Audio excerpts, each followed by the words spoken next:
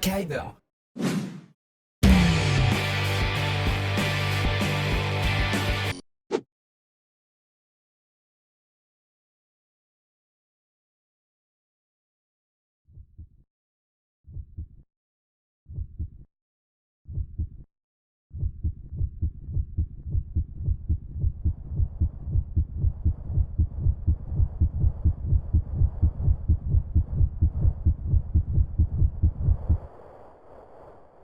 De repente empezaste a recobrar el conocimiento.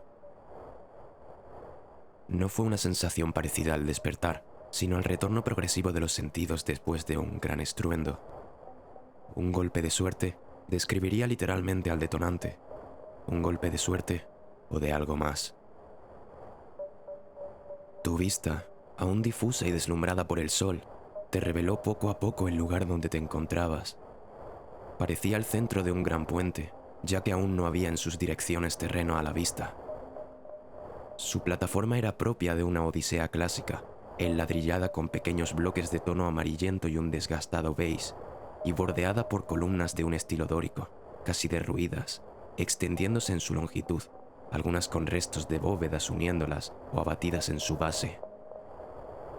Ante aquella desolación, y sin prestar atención a tu oído, aún convertido en una aguda bocina, decidiste mirar más allá. Únicamente había cielo, un cielo de luz cálida del ocaso, invadido por gigantescos y pálidos cúmulos, un magnífico contraste de matices del que destacaba algo extraño. Las nubes parecían ascender incluso por debajo de la plataforma. Con la vista algo más clara, divisaste a lo lejos en el puente un objeto brillante. Sobre lo que parecía un altar escalonado y ornamentado, se disponía, flotando en el aire, una gran piedra preciosa de color azul, de la que se percibía un brillo propio y caras bien perfiladas con forma pentagonal. Comenzaste a andar hacia aquella maravilla hipnótica y onírica. ¿Onírica?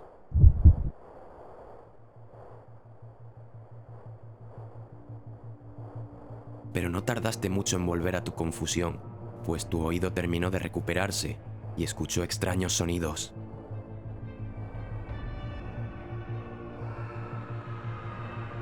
Primero sonaron voces humanas, distintos gritos de advertencia y guerra, y todo ello se aproximaba por detrás.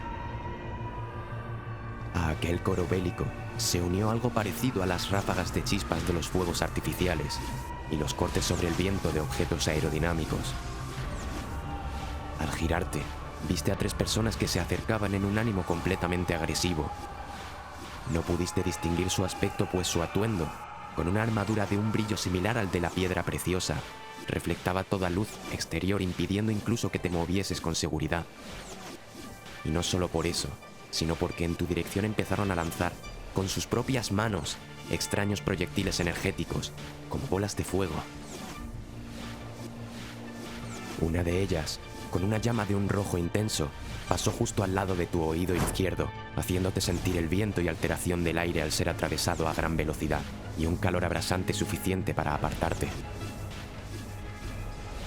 A pesar de tu estado de alerta, preparado para esquivar, otra de ellas, de un color frío azulado como el de la combustión del gas, fue a parar a tu hombro. Al impacto, sentiste una explosión que te lanzó un par de metros hacia atrás, y sin embargo, nada de dolor ni calor en este caso, más allá de una contusión por el golpe. Desde el suelo, apoyado lateralmente, no te costó apenas recobrar el conocimiento esta vez. Aquellos bárbaros estaban muy cerca, pero algo les había hecho parar, y no era haberte acertado. Otra persona se había encarado a uno de los guerreros. La poca distancia que los separaba te permitió fijarte en la diferencia de altura de ambos individuos. Seguramente el nuevo oponente sería igual de alto que tú ante su complexión, mientras que los guardias, llamémosles así por su clara relación con aquel lugar y la piedra preciosa, podían alcanzar los 2,5 metros sin problemas. Inesperadamente, de entre los restos de 2 columnas a medio derruir, ya por detrás de los guardias, surgió quien parecía un compañero del nuevo oponente, y de un salto hacia el más cercano, se enganchó por detrás a su cuello. En menos de 2 segundos, le rajó la zona de la garganta con un pequeño cuchillo. En el tambaleo y desplome del cadáver del guardia, el compañero acabó cayendo al borde del puente, al vacío. A pesar de la conmoción de la escena, pudiste prestar atención al otro sujeto. Mientras trataba de apartar y retener a los otros dos guardias, te repetía gritando una y otra vez las mismas palabras. ¡Salta! ¡Rápido! ¡Salta! Mientras tanto, los guardias preparaban otra ráfaga de bolas de fuego en sus manos. Viste cómo a poco surgía de ellos una energía de color escarlata, como la que casi calcinó tu oído. Ante tu negativa a tratar de entenderlo o a hacerle caso, el sujeto que te gritaba aparta de ti la mirada por unos segundos, con una expresión nerviosa. Quizás se dibujaba en ella algo de decepción. Su mirada se dirigió entonces a sus manos, y siguiendo sus ojos, viste cómo surgía entre ellas una potente luz azul. Un instante más tarde, justo cuando los guardias se preparaban para acabar con él, el sujeto subió los brazos y vislumbraste que escondía entre ellos una llamarada azul como tu agresora anterior. Tu reacción fue clara: incorporarte para correr hacia los restos de otra columna. No sabías quién era ese individuo o qué era, pero si ya te había atacado una vez sin previo aviso, por los motivos que fuesen, no dudaría en repetir su acción. No obstante, parece que eso era lo que buscaba el agresor, que te levantases, pues no tardó en cambiar su expresión lanzándote una mueca traviesa. Los guardias ya habían disparado, pero el sujeto se adelantó al impacto de sus proyectiles, con una sencilla acción de hecho. Un pequeño salto, y aquella energía que había acumulado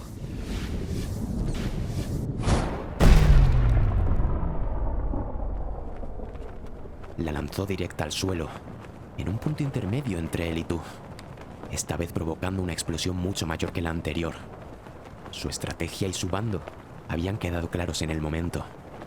El primer proyectil quizás impidió que alguno de los guardias te atravesase con los suyos y te puso al cubierto dándote tiempo para reaccionar. El segundo, mediante la fuerza de su estallido, sumado a tu pequeño esfuerzo para escapar y el salto de tu aliado, fueron suficientes factores para impulsaros a ambos fuera del puente, hacia el vacío, y esquivar los ataques. Al recuperarte de la nueva conmoción, distinguiste el emplazamiento completo en tu descenso hacia no sabes dónde. La explanada no era más alta que tú, a pesar de que podía ocupar kilómetros de largo, aunque lo más destacable es que parecía estar suspendida en el aire, sin ningún tipo de apoyo. Buscaste con la vista a tu aliado, quien debía haber salido despedido en dirección contraria. Lo ves en la distancia, alejándose poco a poco, y aunque te costaba escuchar por el sonido del aire en la caída, distinguiste en sus gritos unas palabras. Todo es real. Entra en el bosque. Huye de todo. Intentaste aproximarte a él planeando y tratando de nadar en el aire, pero sorprendentemente, en un chasquido, lo perdiste de vista. Miraste hacia arriba y tampoco pudiste ver ninguna plataforma flotante, ni siquiera las densas nubes que antes la rodeaban seguían ahí. Las prioridades te asaltaron y recordaste tus probabilidades de ganar un largo retiro permanente. Y miraste hacia abajo. Estabas cayendo sobre un terreno montañoso.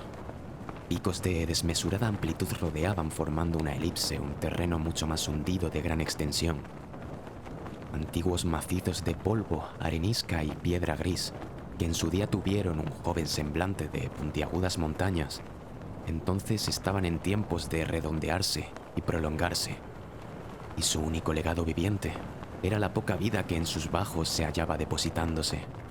Antiguos arbustos y árboles perennes, sin más perturbación que ligeras lluvias y ocasionales vientos. Parecía que tu descenso no iba a terminar en el centro llano de aquella formación, sino en el barranco de uno de los montes. Este pensamiento, sin ninguna razón, te llevó a una ilógica confianza, tras la que te incorporaste cabeza arriba para tratar de salvarte derrapando la pendiente. Incoherentemente, no se te hizo difícil. Por poco te resultó igual de fácil que descender una cuesta con un monopatín. y los baches naturales solo te hacían saltar o dar vueltas tras las que fácilmente te incorporabas.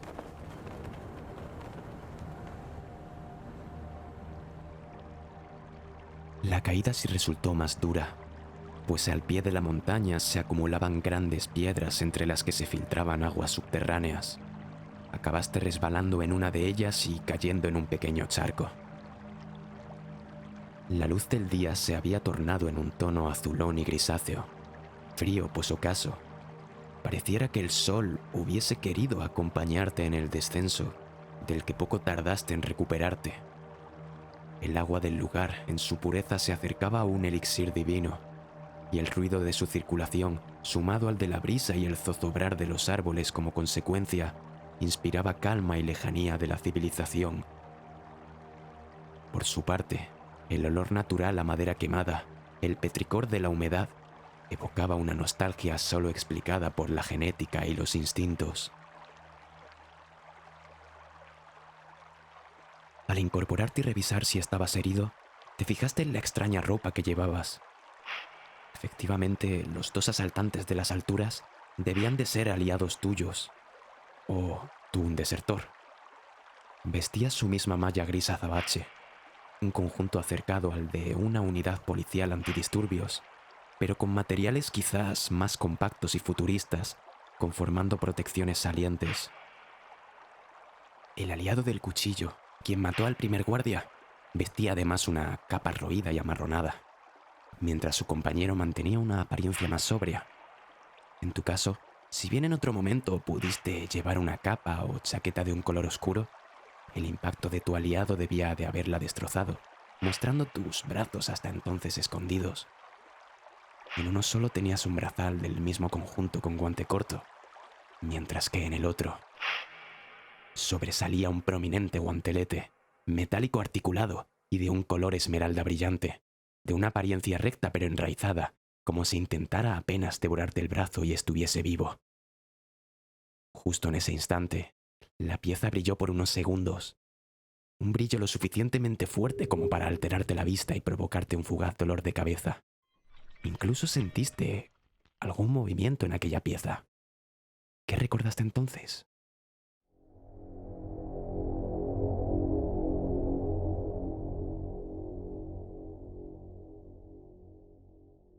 Aquel sonido pareció acudir a tu oído desde el suelo. De cualquier forma, lo mejor era comenzar a moverse. Buscaste una salida y no tardaste mucho en avistar un monstruoso desfiladero entre dos montañas justo al otro lado de la depresión. Es curioso cómo un frondoso bosque invadía aquella zona.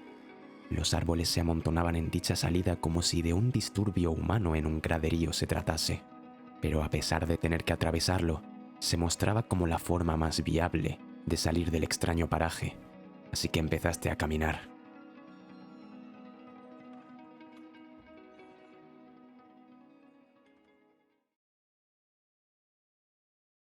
Parece que no lo está haciendo nada mal. ¿Quién iba a decir que un sin luces iba a tener esa intuición?